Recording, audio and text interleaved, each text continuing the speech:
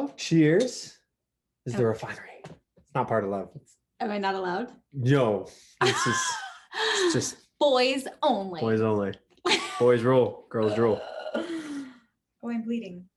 What happened? Oh, shit. Are you okay? Yeah. What happened? Oh, Cut my myself. God. No, it's totally There's fine. so much blood.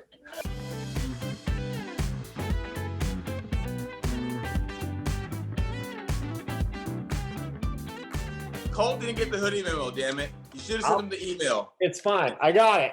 I got it. I'll be right back. Turns out I don't have a hoodie. It was all for naught. Just go shirtless the whole episode. I mean, I think we should do an episode. Or just shirtless? Well, just like a, birthday suit Naked? episode. I could do a Burning Man episode, yeah. I see nothing wrong with this. I see nothing wrong. You're really hitting on something. Like it. First things first. Cheers to Jon. Happy belated birthday, my friend. Thank you. Cheers to you, gents. How was it? And I can edit this part out. It's fantastic. It was fantastic. I did every year go to the beach, stand in the water for a while, just kind of take it in, a little bit of gratitude for the past year, intentions for this coming year. So I chilled out there for a little bit, picked up some tacos, went back to the beach, ate them at the beach, of course, had to have some tacos. And then went to Aston Martin. Every year, I go to Aston Martin and I sit in Aston Martin for like 5-10 minutes and just manifest the future owning of one.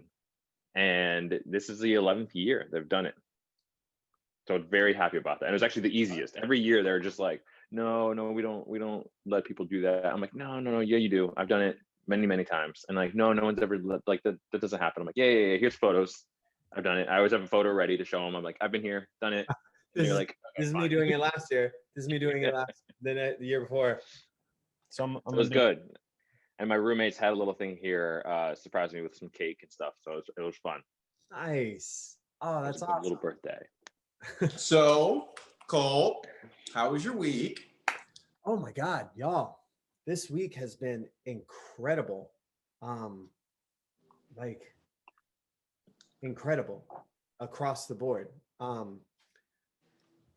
Thanks to our conversation last week from the last episode, I have had even more stuff to do, but I've been able to manage it because it's all stuff I wanted to do. Like, I don't think I told you the details of really any of it last week. I may have. If I did, stop me. But there's like an art installation, I guess is the best way to describe it, called Happy Place. And you're like, Jon, you probably know about it because it's a big event thing. But it's produced by Live Nation. And one of our very good friends, our maid of honor, is a producer there. And she reached out to me and was like, hey, we need this, video for Happy Place. It's opening in 2 days. Like, can you make it like an intro video? And I was like, yes. And because of COVID, they've had to take it from this, like, you've seen it all over Instagram because it's like the ice cream museum. It's like one of the most Instagrammed places in the world, and it travels around. But now they made it a drive-through. And so you can go in LA and do this drive-through. And when you sign up, get your QR code, and then you click a button, and it's me that pops up and does a video. And it's like, hey, welcome to Happy Place, presented by Subaru. And like goes through a whole thing. And it's all like my comedy. And I got free reign. Like, they gave me free reign to do whatever I kind of wanted within, reason.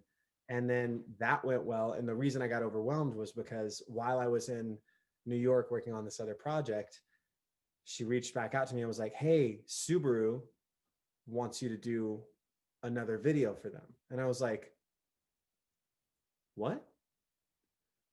Exactly. And so that was kind of part of why I was freaking out, was because I felt like there was a pressure added to it. Y'all, I sent them the first draft, and that's what's up. Like, and now there's a big video wall when you go to Happy Place where it's playing like on repeat. And it was just very cool. But in addition to that, we drove back up to the house up here and from New York, and I had about 30 hours worth of content that I needed to edit before we go back. And I haven't left my computer other than to go downstairs and dance. And I feel like my soul feels like it's on fire.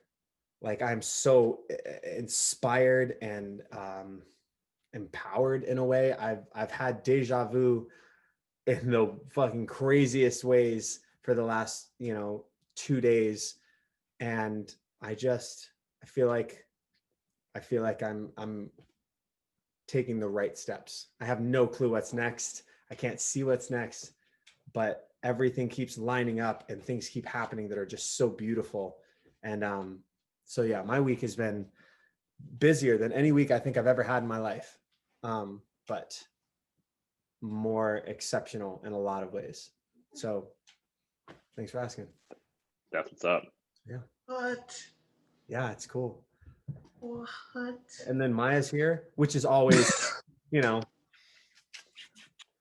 told her to get off of here a second ago, and she just turned real quick and slammed her head into the table. And so I was like, if you watch it back, it's like she's like, I'm like off. Oh my god. How are you? Fuck. Johnny, go. John. Tell me outside your birthday. I mean, this is great. Let me just get all the juices going here, and then Oh yeah. You got the topic tonight. I got the topic tonight. Jesus. Yeah. No, I'll give my catch up. My catch up was yesterday. It was a solid day. I had a good little birthday celebration. So it's fun. It was time with myself, time with some friends, the roommates, our housemates, and it was just a solid day of gratitude. I realized like the biggest gift I was given this year was time, and using that time to reflect, time to spend with like connecting with friends, connecting with family. I think that's the thing I'm most grateful for, because I remember last year being like, man, if I could only have a little more time. And I remember that relationships and like personal self were the things I kind of would put in the back burner, because career was going great, projects were going great. And this year, all that got put on pause by force in a sense. And the right things were able to slide in. And so yes, I stood in the water for an hour and a half, just in gratitude. Like just like I got up to my knees in the water, and I just took in the sun, took in the water, and it's like just so much gratitude. Good on you, dude. Take some time to yourself. Yeah, it's in a very good place. Very good place. Before we You guys are go past that, I gotta say, it reminds me when I'm so sorry, Brandon. When I had my golden birthday, I was in, and I didn't know what a golden birthday was until literally a few days, I think, before that. Somebody was like, "Oh, your birthday's on the 28th, and you're turning 20. It's your golden birthday." And I was like, "What is that?" And regardless of anything, I was on the Gold Coast in Australia because we were there with the Pink Tour, and we had a week off, and and they took care of us the whole time. That tour was incredible in that way. And so Ange was there. She had flown out, and I was sitting on the beach at midnight. Willow, Pink's daughter, had her birthday, I think, is on the 27th, or is like right around that time. So they had a big celebration for her, and I had my face painted with her, and it was like this whole thing. So I'm sitting there, and Ange and I are sitting on the beach, and we had like a little bonfire going, and it's cold as hell, and my face is painted like a Ninja Turtle with sequins and stuff. And then 11:59 came, I stood up, took up all my clothes, got butt ass naked, and just went sprinting into the water. Just dove in and had this moment of exactly what you're talking about, of just gratitude with, how the fuck am I here? How is everything happening in its way? And there's a million things that I needed to learn that I have since learned, but in that moment I had this really beautiful freedom that was very cool. So I vibe with that. I appreciate that moment. You just be out there, and you're suddenly immersed in something that is so clearly and physically larger than yourself. You can't control it. Anybody who's ever gone surfing, anybody who's ever been in the water knows you don't have a fucking say with what happens with a wave. Like ocean wants you to go somewhere, you can move that way. It's You just don't have to say what animal pops up, Colt. That's why I'm be messing with the ocean. You don't have to say whether it's an eel, a dolphin, a turtle, Sharknado. Who a knows? shark. You don't Sharknado. know. You don't know. That's Gotta why I prepare for don't it mess all. with the ocean. Because you can't see nothing. Take me to the woods. I can see a bear coming. I can do see a have a mountain fear lion of open coming. water, so I feel you. Yeah. You put me in the water and I am like terrified. What touched my foot? And you can't see. Well, it. especially at night, you definitely can't see it. Lord, I got a story about that. I was out here trying to be Mr. Frat Boy. I was drunk off Corona. I was like, yeah, I'm gonna swim in this ocean at night. I can do it. I'm a guy. Almost drowned, my dumb ass. I was in jeans and I was drunk. Don't be laughing like that. I was drunk. I was in jeans, and I thought I was gonna be out here impressing some chicks because I'm about to swim on my 22nd birthday in the ocean. Let alone not applying any common sense to the equation at all. At all. But I had a dude who was next to me. He was like a Colt. He got naked, and I was like, "Why is he naked? I'm not getting naked on the beach with all these strangers." Drag He was down. like, "Let's go, bro." Those are He heavy. was a smart one. Always, Needless to say, you shave before it. Because right. no one, hair dragging you down. It's a stream. It's a slipstream. It's a. Solid point. You got to streamline yourself. What would Michael Phelps do? That's what you should have thought. You went Ryan Lochte. We were talking. See what I did there? I did. Is this all part of the episode? I love it. I'm in. I'm in it. So my question would be, Well, I'll first, tell you how I'm Yeah, gonna tell you how I'm doing. I'm gonna tell you. But my question is, and it's an interesting way I've been thinking about it all week. Like, how do I want to lead into this? Did you, when you were a kid, if you celebrated Christmas, did you believe in Santa Claus? I still believe in Santa Claus. The straightest He's something. there. is on the bar cart. I'm asking very specifically for presents. Santa, don't miss out. There's a message right here. It's detailed. I also emailed you. Oh wow. No, I hands down, I believed in Santa Claus. I'll tell you this much. I remember asking my mom for, and I still have it. I asked her for a bell off of Santa's sleigh, like a Christmas bell. Really? Yeah. And like that was my big gift, because when I was a little, I was like, I just want. It's funny how symbolically my mind worked even at the time. I was like, I just want the symbol of. I want every time I remember opening my door and hearing that sound and just being like, like the world just opened up. Yeah, that's why I appreciate movies like Elf, movies that are acknowledging and inspire. Like they're so complete in so many ways. You can enjoy them no matter what age, no matter what. Like there's something so magical about that. And we still have a bell. We have a little bell that we keep on our door. It's a little thing we got from Disney. It's like a Mickey Mouse shaped thing, and it hangs on the door, and it's got 3 little bells. And so every time we open the door around the holidays, you always hear that little jingle, and there's just something real special about that. I've always loved that. But yes, I absolutely did believe in Santa. John I still also hated does. the Easter Bunny. That was terrifying. Wait, what? I thought the Easter Bunny was like the size of Santa, and I wouldn't let. My mom had to leave the Easter basket from the Easter Bunny on the front porch, because I was like, why would you let a gigantic bunny in the house? That's insane. You're an insane person. And so the year that I asked her for that, the basket was outside, because I was a believer. Holy crap. It's so funny you say that. I wanted to talk about the power of believing. Ooh. Mm-hmm. Yeah, the power of believing. And even if it's the opposite of the joy and happiness that Santa brings, you believe that there's this bunny that was so massive that it terrified you that you wouldn't even go to the front door. But imagine what happens in life when you have an obstacle and you see it and it terrifies you because you believe, I'm not going to get this job. That girl's not going to like me. This is going to happen. I'm not buff enough. I'm not worthy enough. When you have that belief so strongly, you won't even step towards it because you believe this in this thing you can't see. There's no evidence of it, but you believe it. But that same power of believing works the opposite way. When you believe in something, and that's why, John, I love that you led with Aston Martin.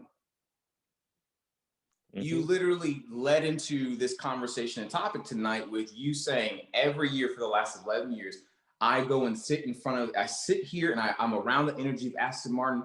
I visualize myself having an Aston Martin. I believe it. And honestly, John, you're going to have that car because you believe you can have that car.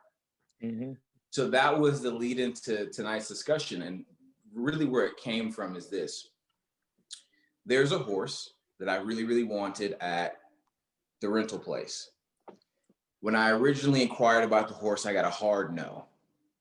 And I was like, but I love this horse. And the reason being is he's a movie horse. He works a lot. He's working all the time. And he has a double. And, you know, to take away his double, it's just like not a good look. So I was like, okay, well, if it's a no, I'll go another route. I'll find another way to fulfill this need of having my own horse. So I talked to the owner about a potential option that I want to do. And he says, don't do that. That's not smart. He still has my best interests at heart. He's like, that's not smart. Don't do that. Here's what I'll do for you. And long and short of it, starting January, the horse that I want, I will have full 100% responsibility for.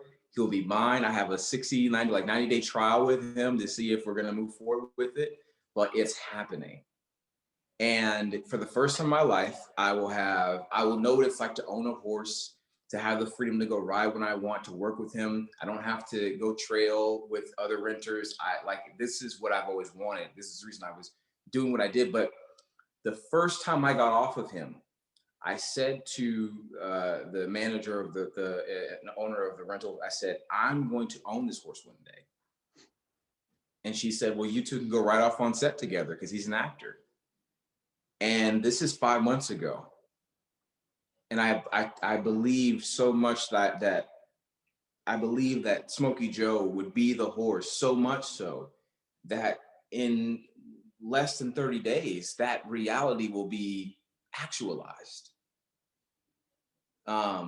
So that's where I wanted to go with the conversation. I will leave this part open, but I do have a question if you guys want to chime into that. I mean, yeah, it's get in there. Chime in with in a sense, it's manifesting. It's Yeah. like when you believe it. I think Will Smith, I saw an interview years ago that he said, he's like, I already know it's going to happen. I'm just waiting for you guys to see it. He's like, I already see it in my eyes. I already know it's going to happen. Yeah. And actually, it's funny because I've also heard when you're manifesting, you have to be specific. And so for years, I've been going to Aston Martin, sitting there and being like, I will drive you in one of the most ridiculous way possible. I did, because last year, kid you not, like in April of 2019, I maneuvered with a buddy of mine doing a car rally with Aston Martin in Scotland. We started from the Highlands of Scotland, drove all through, stayed in 2 castles, went to the factory, got a private tour, got to test out all the new cars, did everything. And I'm like, fuck yeah. Like, I made this happen. But then I realized I didn't technically say I would own that car that I would be driving. So I did manifest driving it in the most ridiculous way possible. Because I have friends who own Aston Martins. They've never done something like that. And so I was able to manifest that. Now it's just like, okay, now I'm going to manifest my own. And I'm not in a rush to have one like tomorrow. It's like when the time's right, it's going to happen. But it's that belief of just knowing like, oh, this is going to happen. And I think the one thing I've had conversations we've talked about before is like that's the self-worth. Like I'm worthy of having this. Because some people will say, oh, I really want that, but they don't actually believe they deserve to have that. And I think that's part of the belief is actually knowing that you can have this or you deserve to have this. Or you're like, this is in your cards kind of thing. But if you can't believe it for yourself, it's not going to happen like at the end of the day. And I go back to actually another thing Will Smith said, and it comes from Socrates, he who says he can and he who says he can are both right. Mm-hmm. People who say, oh, I can never have that. You're right. Mm-hmm. Like I almost like a lot of times when someone tells me like, oh, I could never have that lifestyle, I don't even argue with them. I'm like, you're right. Because if you can't even believe it for yourself, there's no reason for me to try to believe it or someone else trying to believe it for you. It's down to you have to believe it first before anyone else believes it. Yeah. Well, I mean, I feel like this comes down to it's like when The Secret came out. Everybody was like, I'm just going to believe. I'm just going to believe. I'm going to believe so hard for this. I'm going to believe. The thing that wasn't as much discussed at that time, and I think has been addressed more cohesively since then, is the fact that belief and the actions that are supposed to follow are two different things. You can think something, you can believe you will have that horse, but had you believed you'd have that horse and never gone back to LA horse rentals, like, then fuck you. Like, you didn't deserve it. You didn't do anything. You didn't deserve it. And that's That's just a wish. Yeah, that's just a wish. But the belief that's followed by action, the belief that's followed by, if you truly believe that, and I think that's the cool thing about what Will Smith is saying and what Socrates is saying, you know, modern philosophers, you're looking at what's the action that you're taking to make that belief happen. I have a belief in this product that we're creating right now. I have a belief in it because of a million different reasons. It's not a wish. It's not a want. I'm not hoping. The whole fucking reason it happened was because I was tired of waiting on people to give me my break, to give me my thing, to give me my life that I want, that I'm asking for, that I want to provide. Like, no, it takes action though. You believe it, you understand what that is, and then you do everything in your power to make it happen. And I heard a quote that always sounds a little silly because it sounds like a song lyric to me, but not like in a like country, like cute country song way. It's life is a beautiful dance between making it happen and letting it happen. And there's something in that balance that's really hard. Like, you are letting a certain amount of things, and we have to. Yeah. We don't actually control everything, but you don't not control anything. So you do have to make those decisions. What is the action that you're going to take? How much do you believe? How hard are you willing to work? How much do you really want it? That's the stuff that's exciting to me. What is something that you believed in your life 4 years ago, 5 years ago, and you are now literally walking and living in it? That smile. Dang. I just talked. I feel bad being like immediately again. Go ahead. All right. So this is my favorite story. I've told this like a lot, but never here. So Ange and I were living in Vegas and both doing shows out there, and we would go on these hikes up at Mount Charleston. We'd take the girls on hikes every weekend. And we were driving back from one of those hikes and just, you know, listening to the radio. And there was this like long stretch coming down the mountain. She just sitting there, reaches over, turns the radio off, and looks at me, goes, I know there's something you want to do. I know there's something that you go to bed and you dream about and you wake up and you think about, and you're not doing it. And I don't know why you're not doing it. But if you fail, I'll still be here, but you have to try. And she just turned back and turned the radio on. And we just rode in silence for a little bit. And I came to her about 3 days later and I said, I want to do film and television.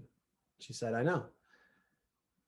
And because I'm obsessed with, I'm such a huge cinephile. I love movies. I love TV, especially TV, the way that it's kind of becoming like that. It's just so, there's so much good work out there. I love every aspect of it. And I called my agents and I said, hey, I know there's no reason to believe this because I haven't done a film and TV project ever, except for one time I said 2 lines on a show called Mercy on NBC. Like, it was one day on set when I was like 21, right? Since then, I had just done Broadway and touring and stuff. And I said, there's no reason for me to believe this. I know it sounds crazy, but my next job's going to be in film and TV. My next job was the Dirty Dancing movie. And my next job was the TV show This Close on Sundance Channel. And my next job was Snow White Christmas. My next job was the Lifetime movie. Like, it just turned into that, you know. I'm working on the project I am now for the next part, for that next thing that I don't care if you believe in it. Like, it is what it is. I see it very clearly. So that's the thing.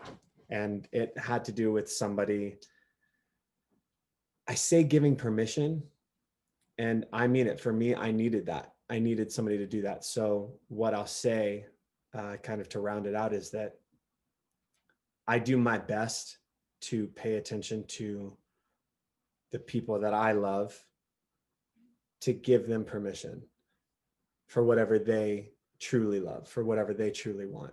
Because somebody loved me enough to do it for me, and loved me enough to remind me, hey, if you fuck up, like, it's okay. If this doesn't pan out, if you don't actually mean it, it's okay. But that permission was everything. And that changed my entire life and made me whole in a way, allowed me to be whole. So yeah. That's amazing. I think the first part is just being out here in LA, because I remember I left 2009 Virginia, and people, it was right after a recession, 2008 crash, and all that stuff. People were like, "It's a terrible time for you to move to LA. Like, this is a bad idea." And I said, "No, I'm just going to figure it out, make it happen." But I think the biggest thing that I was able to believe before anyone else did was when I was leaving my last job, when I had a career in catering, honestly the dream situation, because it's like one of the top managers. We're working all the top events in LA. I could eat at any of the restaurants kind of when I wanted to. Like, I just had a very good situation, but the one thing I couldn't do was travel. Caterers don't really travel that often. It's too expensive. And we were so busy that it was hard for me to like get any trips in. And so I realized, okay, it's time for me to kind of finish this chapter. I want to get into, a buddy of mine told me about destination events. And I was like, okay, I don't know really much about that part of the industry, but I do want to jump in. I do want to give it a chance. And I coincidentally had a business coach helping me transition from leaving my job, leaving on good terms, and start this new career, or aspect of my career. And I remember she was like, let's come up with 3 goals you want to accomplish with me coaching you. And I was like, all right, cool. So number 1, I want to do at least 10 trips next year. And she's like, that's a huge goal. So it's your first time doing this. Like, why don't you scale back? Why don't we start with like 3 to 5? I'm like, no. I wanted to shoot for 10 because I actually want to do more. I'm just hoping that that's my bottom. I want to go higher than 10, but it's like, I want to shoot higher than that, but I want to be realistic to hit that kind of goal. And I remember so many people were just like, yo, you're kind of, even the people who are already in the industry were just like, yo, just like, you'll get there eventually. It's going to take a little time. And I'm like, no, I'll figure it out. And that first year I did 23 or 24 trips. And I think 21 of them were paid. And like, I traveled all over the place. And a lot of it was in the States. And then I remember the second year being, okay, now I want to travel international. I want to do some stuff international. And I think I went to 6 different countries that year. And there's times now people kind of just, if I'm going to say something, I'm going to figure it out kind of thing. And I think that's the biggest thing when it comes to, because my whole thing was not only did I want to travel, I want to get paid to travel, and I wanted to travel with really good people. And I think that was the biggest blessing, because I was able to do it with people that I love traveling with. I live with one of them now, and we met during one of these big trips. But it was that self-belief of like, this is possible. Like, the moment, my favorite thing is hearing when people have ridiculous stories. Like, I always share this one story that a buddy of mine loves he's a sommelier, loves wine, hates working in restaurants because he hates the whole idea of interacting with people who think they know about wine, or run pretend they know about wine and show off, which is a lot of what he dealt with. Is just people like dropping hundreds of dollars on a bottle of wine to seem fancy and seem cool. It just wasn't his style. But he loved wine. He wanted to figure something out. So long story short, he moved into the whole idea of private buying, and he has like something like 7, 8, or 9, somewhere in there. And then granted, I haven't seen him in over a year, so I don't know where he's at with everything. But when I last talked to him, he had like 7 or 8 billionaires that he traveled around the world. He would go to all these different places for wine, try a wine, and be like, "Oh, this is delicious." He would call one of his clients and be like, "Yo, you're really gonna love this. It's gonna be about 10 grand or 20 grand. I'm gonna buy it and then I'm gonna take it to you. So then he would buy it and then buy a first class ticket to where that person lived to then take all the wine out and put it in their cellar. And then he'd buy himself a ticket and go back home. And everything was covered by whoever was the buyer for that wine would cover the whole trip. And so I remember when I heard that, I'm like, yo, if you're able to create that, anyone can create like any life they want for themselves. But in the end of the day, it comes back, am I believing that I can create it? And that's what I did with traveling. It's like, oh yeah, I'm gonna do this. And that's the same thing with the Aston Martin trip. It's like that whole thing was just a random idea between a friend and I. And we're like, let's see how we can do this so where it doesn't cost us any money. We want to do this driving experience, but we don't want to pay for it. And literally maneuvered through different connections and put in the price of the package where each person's fee covered a little bit of our cost. And we were able to do this whole thing where we got to drive Aston Martins through Scotland. And I mean, we didn't make any money off it, but at the same time, we didn't lose any money on it. Any money? Yeah, so which was totally fun with me. It was like, all right, free trip and get to have this experience. So it's like that belief in oneself of being like, I'm gonna make this happen. I love that. How about you, Brandon? Oh man. I have this weird, I call it weird because it's literally like, it's like a forecast. And I have this ability to see where I want to be and then get there. Like I really can visualize it. Just a very small story. Coming from a very small town in Killeen, Texas, I had 3 or 4 options as far as what I wanted to do career-wise. Either I was going to go to college, play football, I was going to get a regular day job, join the military, or go to the streets. Those were kind of the obvious options. And I remember seeing Chris Brown for the first time. And it wasn't even Chris Brown, really. It was like, I remember seeing Chris Brown for the first time, and I was like, I want to do that. Whatever that is, I want to do that. And the action behind it was school talent shows, local, you know, they need an opening act locally. And I would never choreograph anything. I would just dance. That was the crazy thing. I wouldn't choreograph shit. I would say, I like this song by Omarion. I like this song by Pretty Ricky. I like this song by, you know, Timberland. And this is what's hot right now. I'm going to go to this venue and I'm going to perform in front of people. And my senior year of football, I probably have told this story on here, maybe not, but my year I was benched. My senior year, my varsity senior year, I was benched.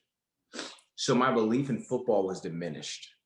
There was nothing in me that said, I'm going to leave here and I'm going to go play football.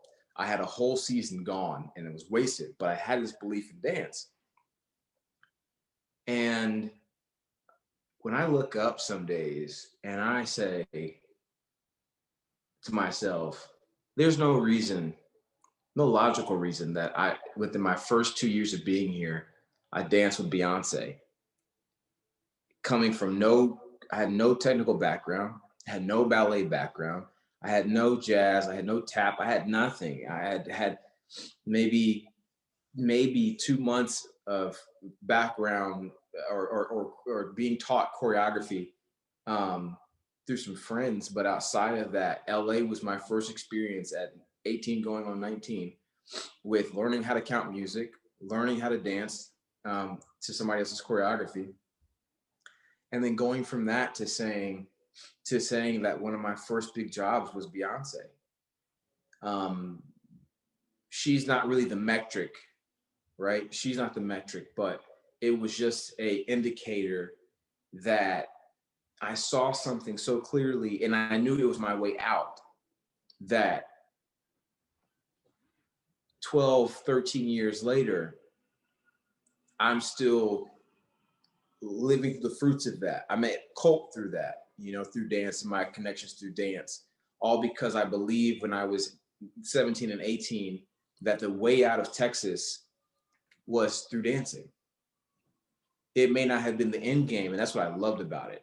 Dance was never the end game. Dance was the vehicle to get me to somewhere else.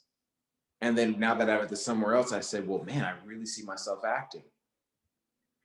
The second I decided I saw myself acting, I booked a theater gig 2 months later. And then I booked my first short film 6 months later. And then I was on a feature film on the 7th month. And I go to set and people say, well, how long have you been acting? And when I tell them, or when I was telling them, even now when I tell them, I say, I've been acting for like 2.5 years. And I can see them processing, well, I've been doing this for 15 years. How are you here? I can't say that they didn't believe in themselves. I'm not going to take that from them at all. But I know that my belief and my faith in something beyond me that I can't see is so, it drives me, it pulls me, it pushes me, that it manifests in the most amazing of ways. It's funny, man. I'm sorry. I kind of want a soapbox. Yeah, I've been thinking about Christmas. Mm-hmm. And I've been thinking about, there's 5 families that a friend of mine and I are going to be giving Christmas trees and gifts to this holiday season. And what really was driving the fact of this conversation was I wanted to give them something to believe in. I wanted them to give them something good to believe and hope for. One of the moms was working for a petroleum company, and everyone got laid off, and she was in an abusive relationship. And now this grown woman and her daughters are living with her mom. And she's telling me how hard it is. She said they weren't going to do Christmas this year. They weren't going to do gifts this year. They weren't going to do anything. And they get a phone call out of the blue saying, hey, I'd like to bring something to you for Christmas. I've never met you. I've heard about you through a church that I don't even go to. And it's just something about listening to the belief in her voice and something good, something beyond herself, something beyond her circumstance and her girl sleeping on the couch, that really drove home this idea of, man, the power of believing can change someone's entire life, because it's changed our lives. Mm-hmm. I think there's something to the you touched on the specificity, both of you did, on the specificity angle of this. And I think that's a really important one to acknowledge, but also one of the things that I've learned with part of love is I have to be very careful not to say, this is how you do it, because there is no how you do it.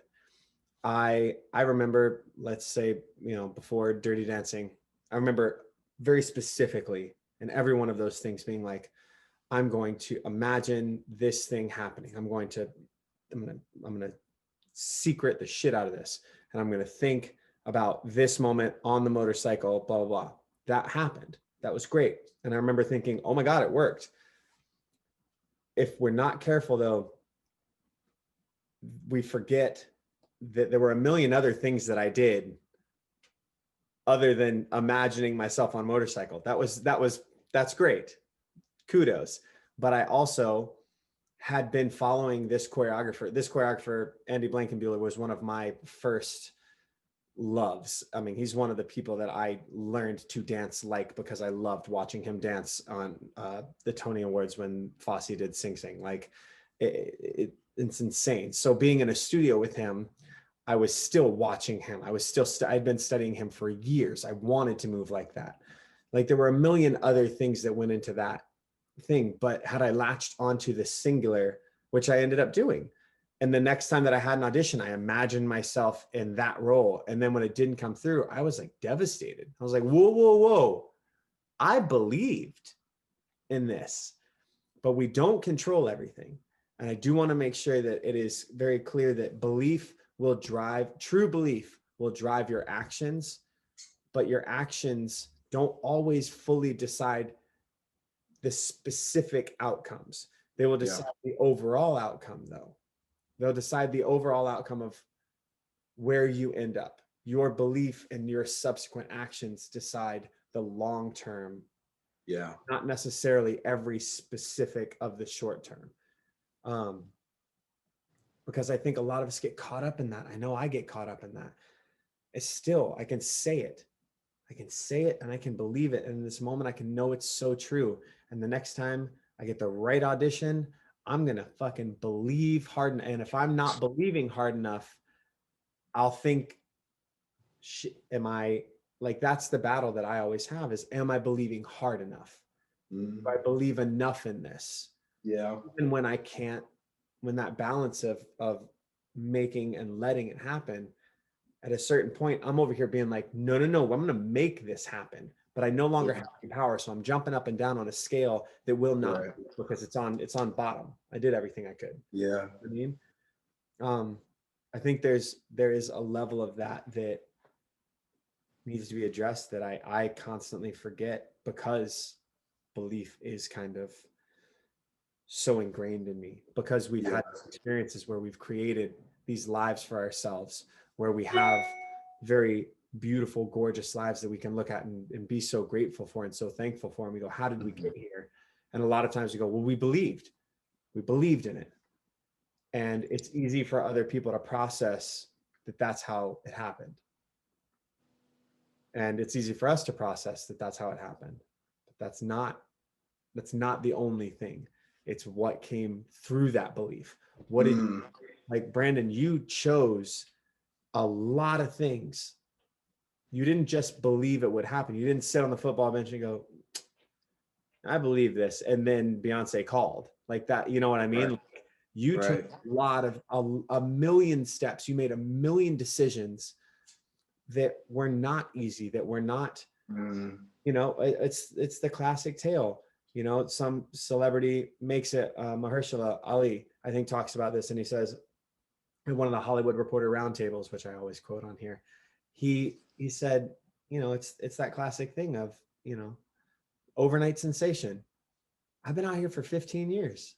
I've been grinding. I've been trying to, like, and then something comes along and happens to put it up there. But that action, it dials it up to 11. But that action, if you don't take that, you know, John, had you stopped in year 5 going to Aston Martin, maybe you would have eventually had one, but it certainly, sure as shit, wasn't going to matter as much to you. Right. When you go in there and they're like, all right, we've got your seat all laid out, and you're like, I'm not sitting there. I'm sitting in that office because I'm buying one. Like, you know what I mean? Like, I'm not sitting today. I'm going to stand for the next 3 hours because buying a car takes fucking ever. And I'm going to stand in this glass office and I'm going to film myself while I show the world that in year 11, I decided I'd go on and buy this. And it was easy because I had more than enough to buy a couple. Like, you know what I mean? I love this Ephesians 3:20, like exceedingly abundantly above and beyond. Like, I'm here for it. And I love that. Colt, don't you get me going. There it is. I mean, but it's action and belief. I'll stop it. Yes. If I could add one thing, is also letting go of attachment of what it looks like.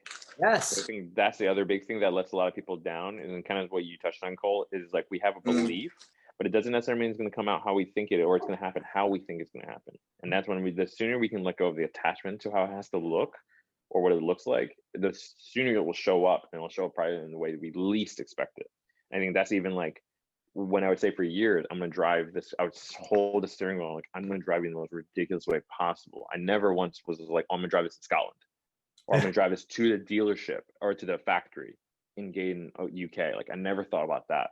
I just had the intention that I'm going to drive in the most ridiculous way possible. And it happened, and it manifested in like the most beautiful way I could ever imagine. But it was because of letting go. And I think a lot of times, like, even traveling, like I just want to travel 10 times, even if that meant traveling to Ojai or traveling to Santa Barbara, where it doesn't mean I'm flying there, but I'm traveling somewhere.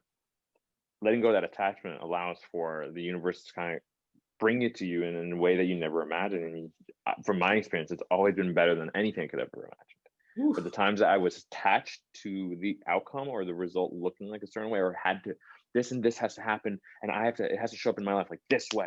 Yeah. Sometimes we miss the opportunity of it being, it's like right there, but because it has to come through this door or this person, we don't realize, well, no, it's the universe is like, no, it's not supposed to come through that person. The door's closed. Don't go through that. Don't go through that way. And you're like, no, it has to come this way. And then you just miss the opportunity. And it's like, all right, well, I mean, I was giving you all the signs that you just need to go this way, but letting go of that attachment, that I think is a huge piece to add into the power of belief. Yeah. I don't think the universe gives a fuck about our math. No, I don't think they give a shit how we mapped out the map. We put the map down. We were like, I'm gonna go from here to here to here to here. Yep. Then I'm gonna come around this way. 2 + 2 equals 4, and that so thereby vis-a-vis. And the universe is like, are you still here? What are you doing? What? I wasn't even listening. Correct. It's gonna happen. I mean, even as Brandon, as you were saying, you originally went in, you said you wanted a specific horse. They said no, and you were able to adjust. And your goal is to have a horse. It doesn't necessarily be this one, because you let go of the attachment of having, because some people get stuck. You're like, no, I'm having to figure out this. I want this thing. Right. Because you let go of it and you looked at other options, it brought you back to it.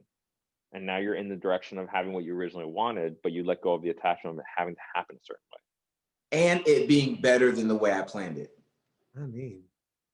And it being way better. These conversations, by the way, season 2 is the shit. Yeah. It's the shit. God dang. We found our stride. Perfect example of what you guys are both talking about. Part of the reason I got into acting was because someone was like, you look like the Black Panther. And I was like, great, awesome, sweet, beautiful. Don't know what I'm supposed to do with that, but great. And I was getting stopped everywhere, coffee shops, this and that. And they were like, are you Chadwick? Are you Chadwick? Are you Chadwick? I post something online, Wakanda forever, Wakanda, you look like Wakanda. I get it. We favor each other in a lot of ways. I get it. But I also know that I am Brandon and he is Chadwick. There's that. But it was so beautiful. And I was like, man, I want to play his brother in a movie. How cool would it be? It's fucking emotional. How cool would it be? How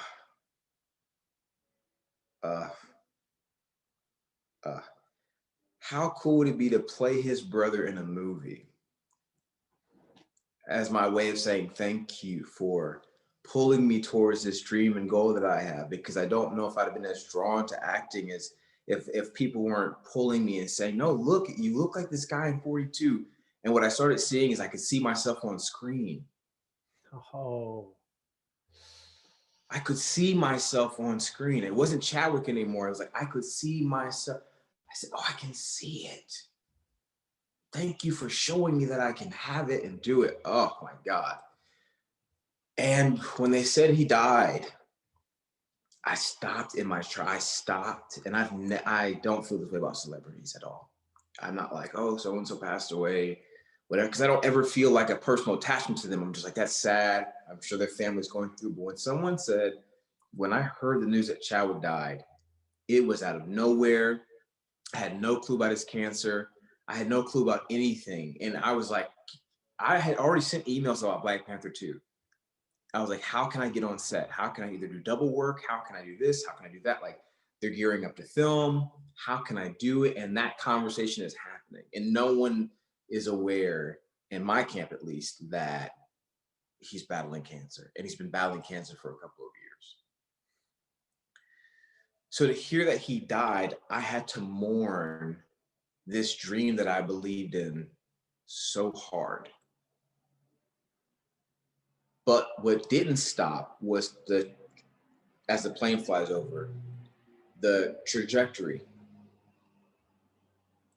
That's what kept going. I let this fall off and I let it die away of working with him one day. The conversation now is to play him in a biopic. Come on now.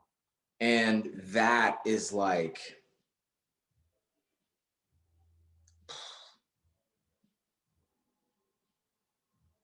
I don't know. I'm sorry. But it's what Jon talks about. It's what Jon is talking about. It may not happen the way that you thought or you saw it happening. And then maybe I'll get to thank him another way by sharing his story on screen. So yeah, dude, that's incredible. Yeah. So anyway, about believing. Come on now. Yeah. Well, this video is going to age fantastically because I can't fucking wait till John's got an Aston Martin. Our project is taking. Oh my and God. you're over here filming Part of Love, the series, and our books are doing great. And you're over there in a biopic. And I'm like, well, shit. I'm so happy that I got to EP this movie. This is fantastic. This is great. I got to play waiter number 2 and EP this. This is huge. This is amazing. Yo, just gonna throw this out there. Anyone who's doing a movie, I want to be a background character in a coffee shop. So if you have That's a coffee all you shop, want? let me know. I literally have had a goal. My brother got into film years ago, and I always was just like, dude, if you do any movies, there's a scene in the background when someone's drinking coffee. I want to be that person in a bunch of movies where people are like, there he is again. He's just sitting there in the background drinking coffee, just chilling in the bag. I think you're talking to the right guy. Yeah, you're talking to the right guy. Anyone can make that happen. That's my only screen time I want. Hey, you're talking to him right now. Might be able to. Well, one of the funny things, and Brennan, I love that you asked the question earlier about Santa, because I've always loved Santa, and it's not necessarily, and I was kind of bummed because over the years I've seen Santa kind of disappear because I think it got attached to religious things and it got attached to consumerism and capitalism, whereas just buying stuff and just buying, it got tied to a lot of stuff. But it's funny because I have a friend who last Christmas, she's in New York, I'm out here in LA, and she's an event planner as well. And we were joking around, and I was telling her, like, Santa exists. She was like, oh yeah, how do you know? And I was just like, I used to be his event planner.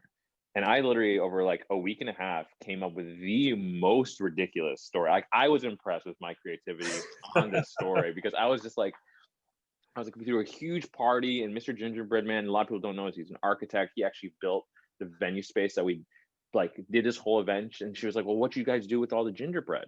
And I was like, well, it's funny because Gingerbread Man turned into be quite an entrepreneur. When you go to Target and you go to all these stores and you see these little gingerbread kits, that's the walls and the ceiling from this event. We made kits. That's how it funds a lot. Like, I came up with so many things, to the point that literally I was actually at the mall, and she's like, well, if you've done all these parties, like, you must have photos.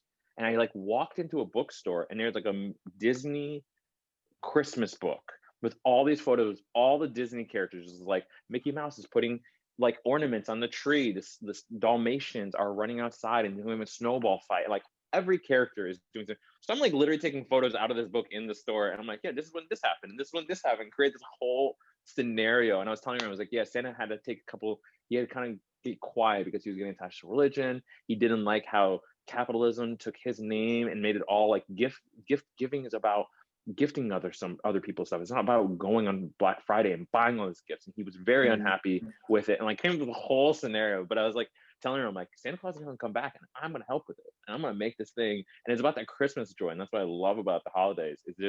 It's the Christmas spirit. It's the idea of being with family, about celebrating. It's not about buying a bunch of gifts and shoving a bunch of gifts on the Christmas tree. It's about just being there for each other and sharing a moment with other people that matter. And I just loved that, and I love for that spirit to come back. And Santa Claus will come back. Santa Claus exists. I think this is a great segue into the concept of doing exactly that. Why don't we, anybody who's watching this, and definitely the three of us, let's make a pact, as it were, to gift somebody belief this year. Woof, Colt. Oh my God. Right? Let's make that a point. That's a gift you need to work to gift somebody belief in themselves, in their dreams, so that they can do that, so they get that permission. Because I'm not gonna lie, I'm right there with you, dude. Was it last night? Doesn't matter. We watched one of my favorite Christmas movies, which is, no shit, Arthur Christmas. If you haven't seen it, I haven't seen it. Watch it. Take time tonight. Did I steer you wrong with Point Break? No, I didn't. I had a feeling it was coming. I was Right? like, he has backing. He knows good his movie. Oh yeah. Cloudy with a Chance of Meatballs. I got you. Okay, especially in the animated sphere. Okay, it's either extremely like art house or like extremely animation. Doesn't matter. Watch Arthur Christmas if you want to understand the spirit of Christmas.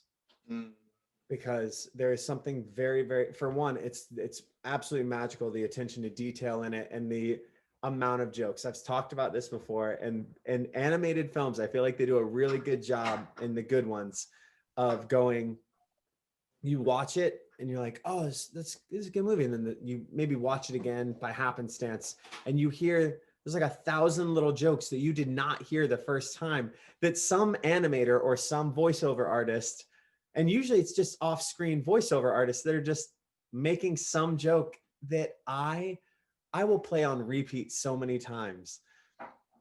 But this movie's full of that in so many ways, but more importantly,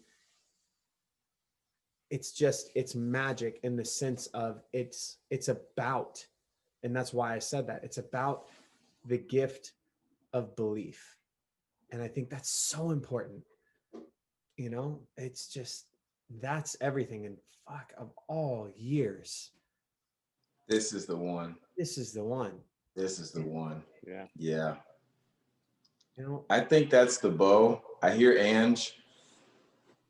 Come on. Come on. This is a new ritual for season 2. Come on. I mean, Come on. Brandon. I am not. I'm just saying. Hey, Ange, thank you for all the love that you guys are giving on Part of Love for the Refinery. I love this episode. I just watched it today. You two are so vulnerable and so open with your audience. Jon, you got a lot of love. If you haven't watched it, you gotta watch the episode. I will. Yeah, you pointed out. Yeah. You got some Well, direct attention in this one. Our people are loving you guys. Oh my God. And it's full circle. No so- shit. Every week, the Refinery video is the #1 video every single week because people are responding. And I appreciate that so much. It's just, I agree. Exactly. I agree. There, I'm assuming I'm there. All right. I fucking love you guys. I love you, man. Love you. Let me guys. try this again without the man at the end, because if men do that, it'll be like, I love you, dude. I love you, bro. I love you. I love you, bro. Chacho. I can just say I love you and then leave it at that. Love you too. John, love you. Y'all, thank you so much. Love you guys. As usual, check out all the other videos that are below. Subscribe. Thank you so much. Check everybody out on social media and across all the platforms because there is some very cool shit that is happening right now and way more cool shit that's going to be happening in the future. So I'm happy you're here now. Unless this is the future. Oh God.